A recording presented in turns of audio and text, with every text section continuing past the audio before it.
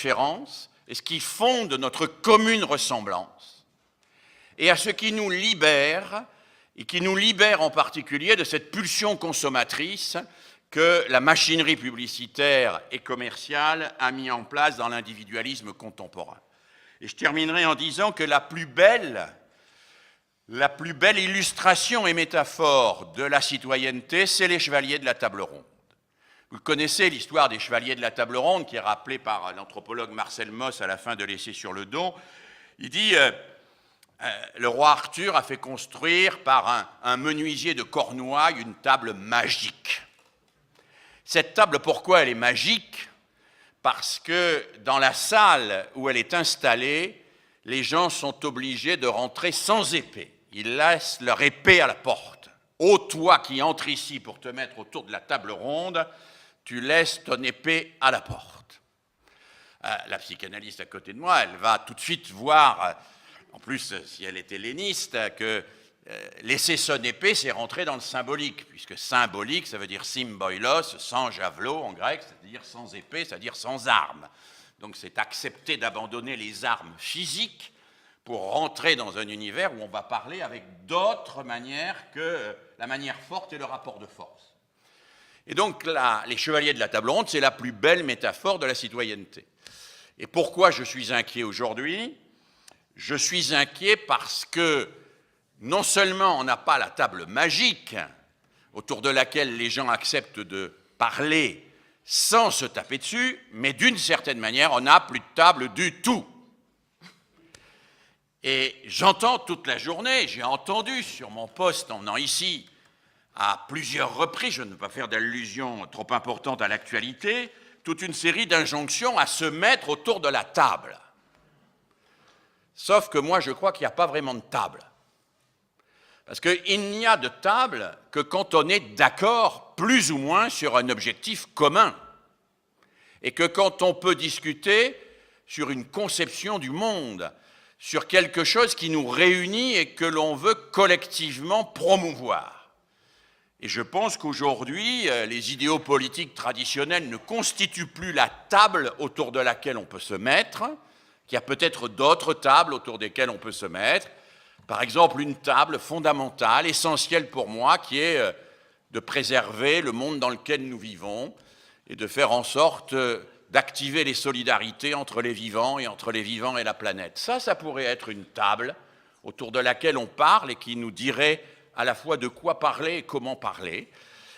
La question qui me préoccupe aujourd'hui, c'est celle de l'avenir du commun, c'est-à-dire est-ce que nous préparons nos enfants à se donner ensemble un avenir commun, un avenir du commun qui leur permettra de parler et de ne pas être en permanence dans la violence et le rapport de force.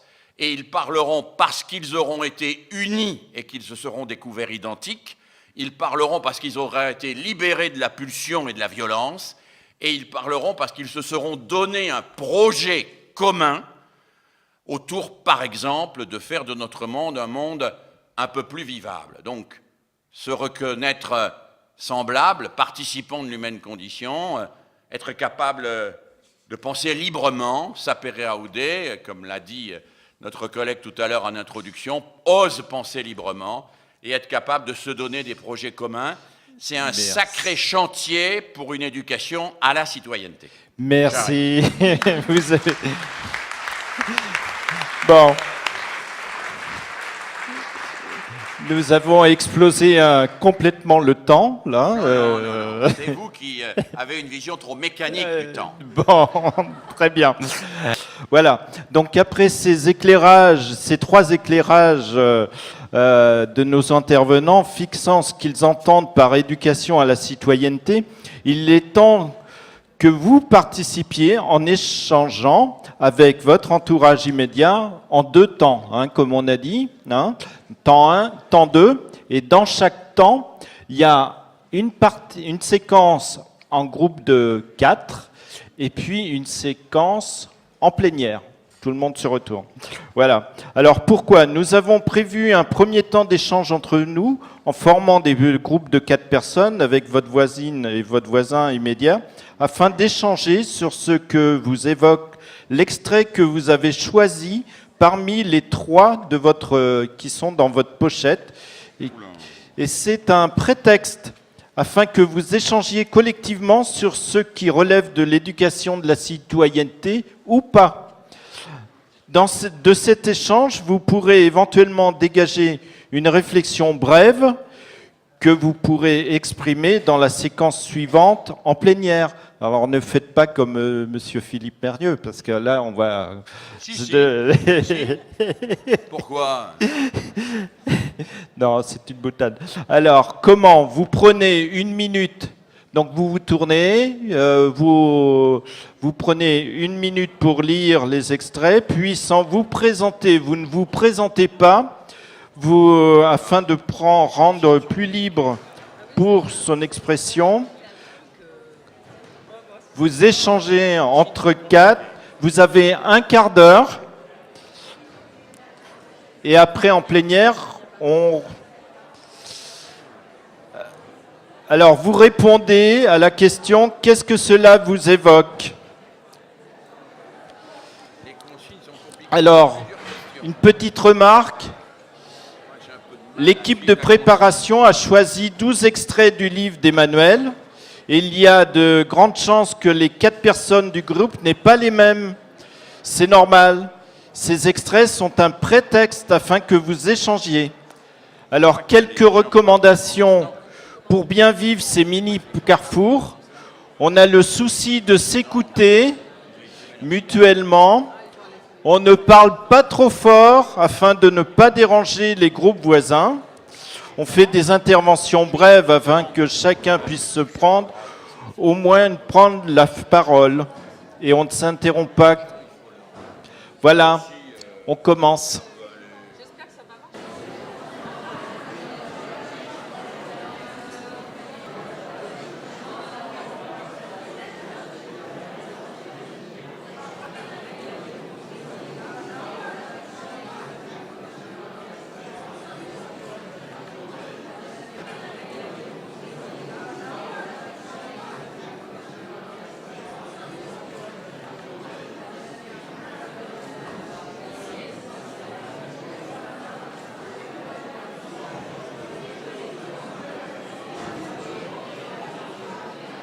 Merci.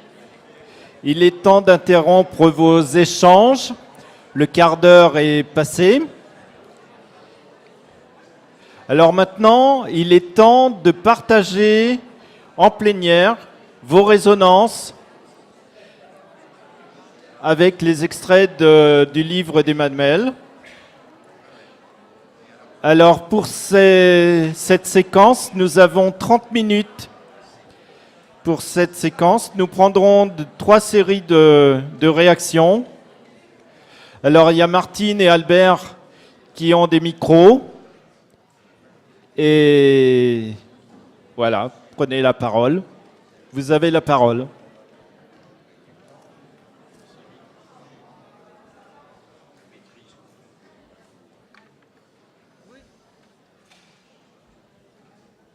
Qui veut commencer ? Une réaction? Il n'y a pas eu de réaction par rapport aux extraits du livre d'Emmanuel? Bien sûr qu'il y en a.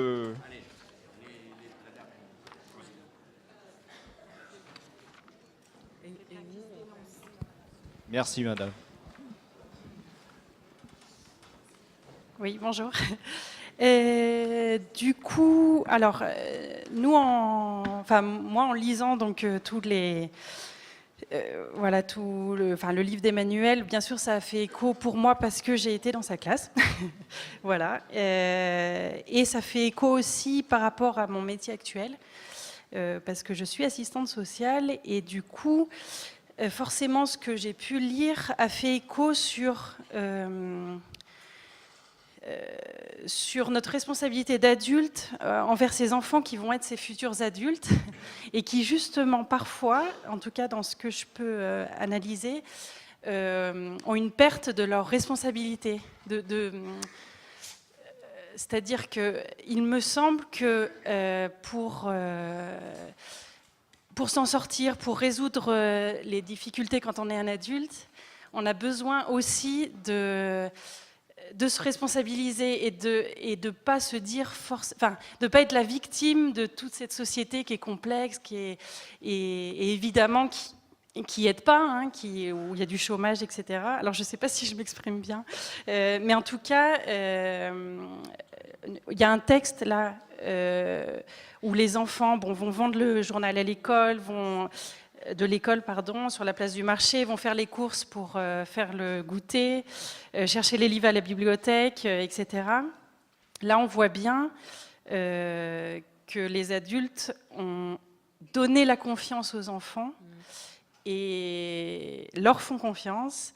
Et du coup, par ces petites actions, ils vont accomplir des tâches qui vont les mettre, qui vont les rendre citoyens. Voilà, c'est très basique ce que je viens de dire, mais voilà ce qu'on a travaillé ensemble. D'autres réactions? Derrière. Alors, on a travaillé à 3. Hein. Moi, c'est Edith. On va parler sur le troisième extrait. Et en fait, ça parle d'une sortie de classe avec des élèves d'une école. Et tout de suite, les accompagnateurs trouvaient que les enfants étaient bruyants et énervés et appréhendaient tout de suite la prochaine sortie. Donc, on s'est dit que des fois, on essaye d'appréhender la prochaine sortie alors que chaque jour n'est pas pareil.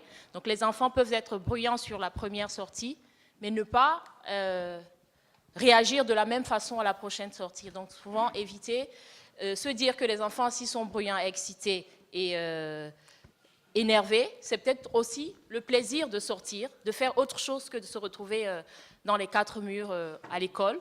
Donc, ne pas toujours appréhender l'avenir en se disant que ça se passera mal forcément la prochaine fois parce que ça s'est passé mal sur la première fois. Donc je pense que on était bien d'accord là-dessus. Je ne sais pas si vous avez quelque chose d'autre à rajouter. On a parlé du deuxième texte aussi où la maman qui était reçue par l'enseignante a tout de suite... elle s'est retrouvée dans l'empathie de cette enseignante qui a pris sur son temps pour la recevoir et a fait comprendre à son enfant que voilà, le fait qu'il se soit mal comporté avec la maîtresse a fait en sorte qu'elle prenne de son temps pour son déjeuner pour recevoir la maman. Donc il faudrait qu'il essaie de mieux se comporter la prochaine fois, de manière à ce que voilà, tout le monde puisse avoir la liberté de profiter de son temps. D'autres réactions ou commentaires? Monsieur? Oui, nous avons travaillé tous les 4, là. C'est sur la même feuille, sur les mêmes textes, mais sur le premier texte. Un cas d'école. Cette histoire de match de water-polo. Le véritable cas d'école. Les enfants qui découvrent qu'il va y avoir un tournoi de water-polo, ils se disent, mais ça, c'est exactement ce qu'on fait en classe, il faut qu'on y soit. Mais les inscriptions sont closes. Et là, les élèves eux-mêmes vont décrocher le téléphone, vont négocier avec les organisateurs qu'ils ne connaissent pas, sûrement des adultes, et ils arrivent à obtenir l'inscription à ce tournoi de water-polo. Donc déjà, on se rend compte de ce qui a dû se passer entre tous ces élèves pour qu'ils puissent faire déjà ce genre de choses. Ensuite, c'est acquis, il faut tout mettre en place. Il faut les signatures des parents, il faut les billets, etc., etc. Et sûrement, ils ont décidé de... Comment ? Faire l'équipe, bien sûr, parce que c'est eux, dans cette école, ce n'était pas une équipe constituée, c'était simplement une activité sportive proposée, je pense, par le professeur d'éducation physique. Et je suppose qu'ils ont traîné derrière eux tous les parents, et fortement encouragés, ils ont gagné le tournoi. Et ce qui est important dans ce que je vois dans ce qui est marqué, les responsables de l'association sportive n'en reviennent pas, nous non plus. On a l'impression que ça s'est fait en dehors des adultes un petit peu cet événement, sûrement pas. Mais on voit que les adultes sont à côté, et ce sont les enfants, les élèves eux-mêmes, qui ont tout mis en place, qui Bon, ils ont gagné, c'est encore mieux. C'est pour ça que j'appelle ça un cas d'école. Merci. Une autre réaction? Là, le micro de l'autre côté. Bon, c'est une anecdote de quand j'étais en classe de philo. Quelqu'un rentre dans le cours avec une circulaire, la prof lit la circulaire, nous regarde et nous dit, c'était en hiver, est-ce que vous aimez lancer des boules de neige? Alors on dit oui, oui, bien sûr. Alors elle nous dit, bah, allez-y. Alors on prend la neige sur les rebords des fenêtres et on lance des boules de neige, asseyez-vous. Et elle se met à nous lire la circulaire du pion. Il est absolument interdit de lancer des boules de neige dans l'enceinte du lycée. Donc sans commentaire, vous vous débrouillez après pour réfléchir. J'ai trouvé que c'était, moi ça m'a suivi toute ma vie, j'ai trouvé que c'était une super leçon de philo. Merci. On va peut-être demander aux trois... Attends, il y aura un autre tour. Non, mais il y aura un autre tour de questions. Encore une? Comment? Encore oui, une personne, c'est bon? Oui, oui, allez-y. Puis après, on donnera la parole aux trois intervenants. Moi, je voulais juste rebondir sur le même texte que vous avez étudié. Et je dirais que ce qui est intéressant aussi, c'est que, pour le water polo, là, c'est que ces enfants qui ont été capables de faire ce cas d'école, c'est merveilleux, mais c'est pas venu par hasard. Je pense qu'ils avaient déjà expérimenté pas mal de choses auparavant, avec l'aide des adultes qui les avaient accompagnés, peut-être dans d'autres tâches. Pour le goûter, pour autre chose. Je pense que voilà, ils ont pu faire ça parce qu'il y avait eu des choses auparavant. Voilà. Voilà. Merci. Bon. En effet, le plus difficile dans cette petite histoire de water polo, là, donc, bon, pour ceux qui n'avaient pas le texte, c'est donc des enfants qui attrapent une information et qui du coup se débrouillent pour participer à un match de water polo, ce qui n'est absolument pas le projet de la maîtresse, absolument pas le projet de la maîtresse. Le plus difficile, c'est d'accepter que les enfants prennent le téléphone. Quand je dis que quelquefois l'éducation à la citoyenneté, ça tient à pas grand-chose, mais que ça peut être des révisions déchirantes. Mais voir dans le cadre d'une école des enfants se servir du téléphone, c'est très difficile. On imagine que des enfants, c'est pas à l'école pour aller téléphoner. C'est à l'école pour écrire, pour compter, mais sûrement pas pour téléphoner. Or, téléphoner, c'est une prise de pouvoir. Enfin, ce que je veux mettre en relief, c'est les enjeux de pouvoir que ça suppose. Ça suppose que la maîtresse n'organise pas tout, que tout ne vienne pas d'elle. Et pour les enfants, c'est une réelle prise de pouvoir. Et donc, l'exercice de la citoyenneté, c'est de la prise de pouvoir. D'autres réactions de la tribune? Non, mais Je voulais juste compléter ce que dit Emmanuel en disant, moi la phrase, et ce que dit Nadine là-bas aussi, c'est qu'en effet, l'école était organisée pour que les enfants aient accès à des tas de choses. Et la phrase que je trouve importante, c'est la première, ils dépouillent le courrier. C'est-à-dire qu'ils ne l'auraient jamais su s'ils n'avaient pas dépouillé le courrier, qu'il n'y avait pas un hall d'information où des enfants étaient responsables de ce genre de choses, et que donc ils ont accès à une information que l'école, a priori, n'avait pas à leur donner. C'est-à-dire qu'on avait quand même, à l'école des Charmes, en effet, libéré cet accès et pensé que c'était hyper important. Donc, en effet, ils prennent le pouvoir, mais on leur a permis, par cette organisation-là, de le prendre, sachant qu'en plus, ils ont, en plus, dans une manière cadrée quand même, accès au téléphone. Je trouve que la première phrase est hyper importante. D'autres réactions à la tribune? oui, moi ce que je voulais souligner, c'est que justement, on peut partir de cet exemple, mais aussi de ce que vous disiez sur le fait que cette école, elle fonctionnait pour que les enfants ne soient pas dans la passivité. Et que finalement, l'exercice de la citoyenneté, c'est aussi ça. Et d'où ce qu'on peut retrouver maintenant qui met les enfants en difficulté, et les adultes qui ont été les élèves, c'est quoi? C'est l'alarme.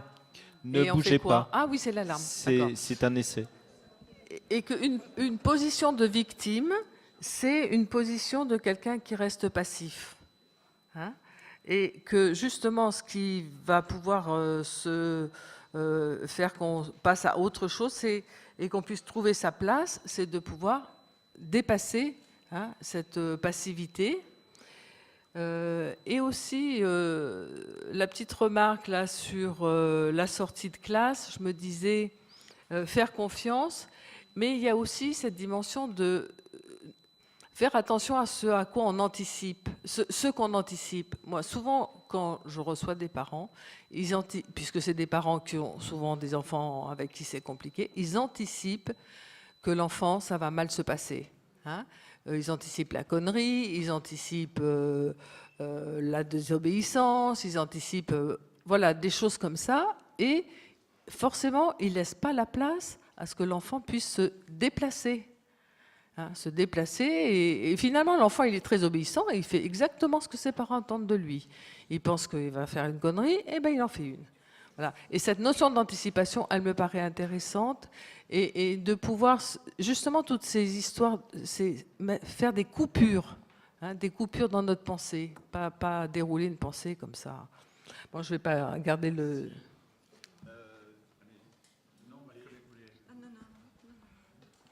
Brièvement, moi, je voudrais réagir, et ça fera écho à ce que vient de dire à l'instant ma collègue sur votre première intervention sur la responsabilité, que j'ai trouvée pour ma part très lumineuse, en dépit de ce que vous en avez dit vous-même.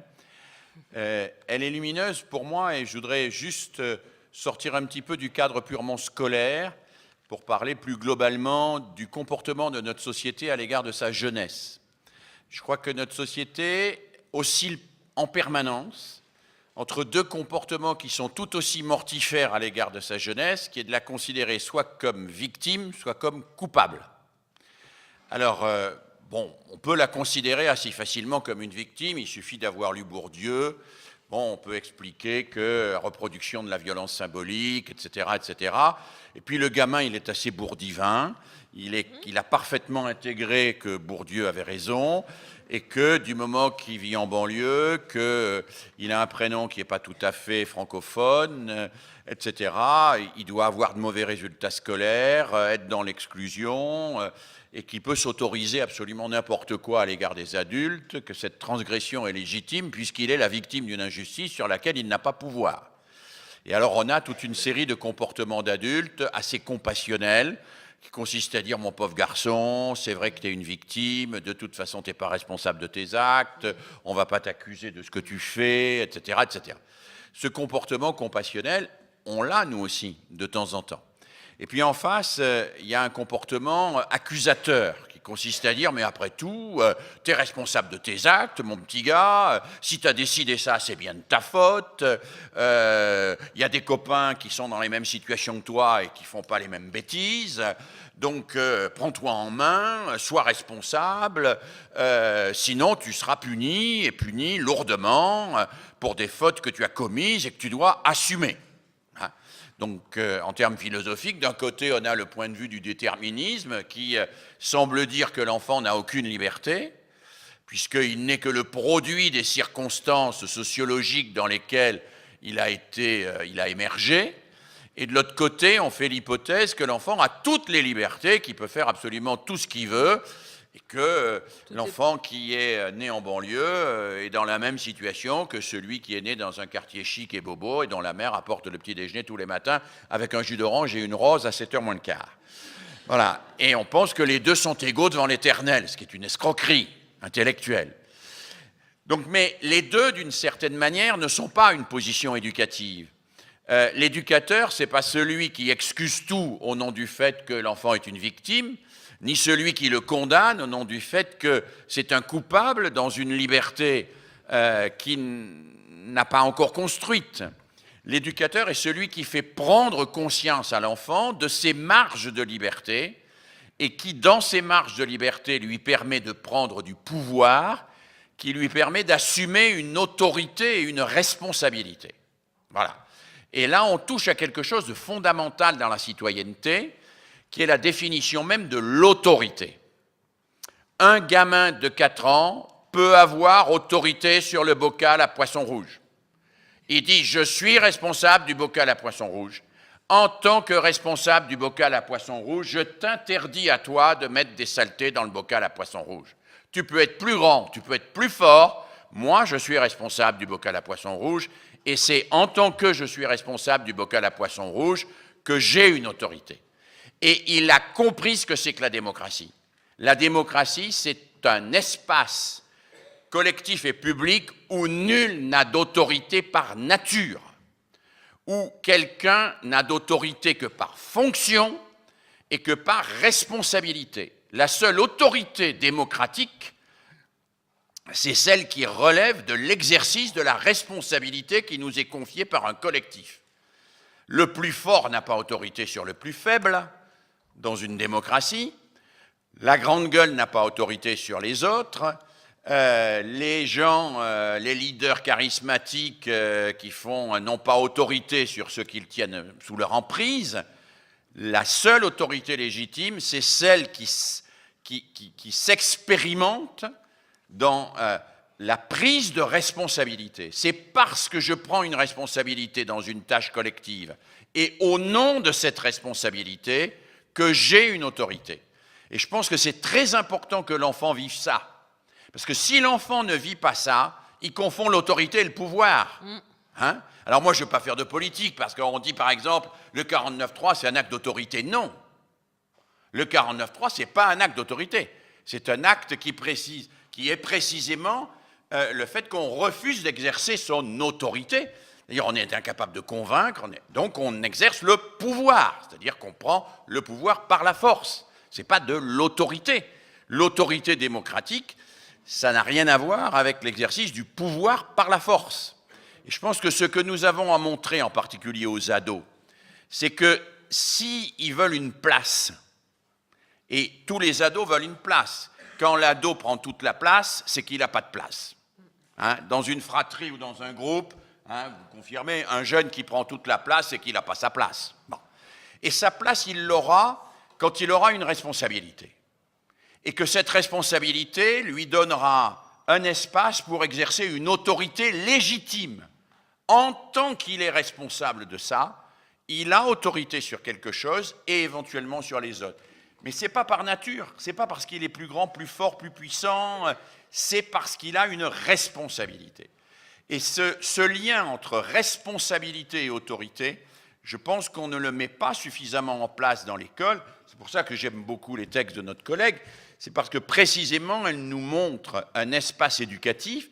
C'est un espace où les gamins, ici, mais ça devrait être encore plus vrai au collège, et malheureusement, ça ne l'est pas souvent, et ça devrait être encore vrai au lycée, ont tous une responsabilité personnelle dans la poursuite du projet collectif. Et c'est ça qui les forme à la citoyenneté. Sinon, on passera notre temps à osciller entre l'enfant victime et l'enfant coupable.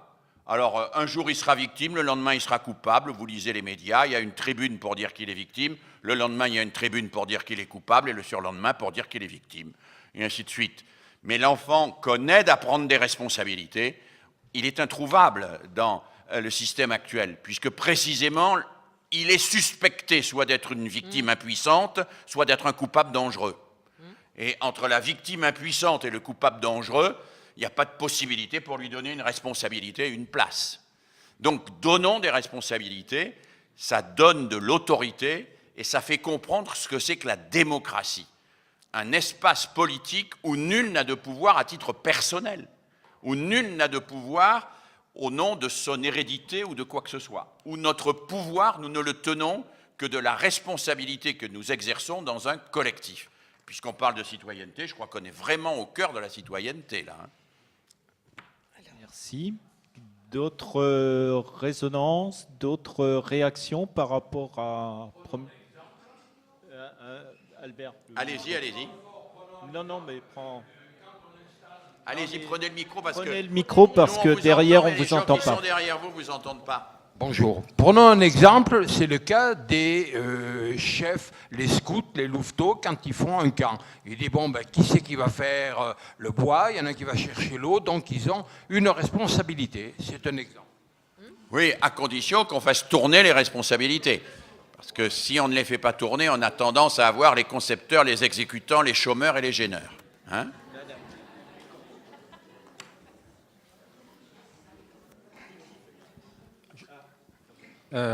Moi, il y a un texte qui parle des classes vertes et ce qui me frappe dans ce texte, je pense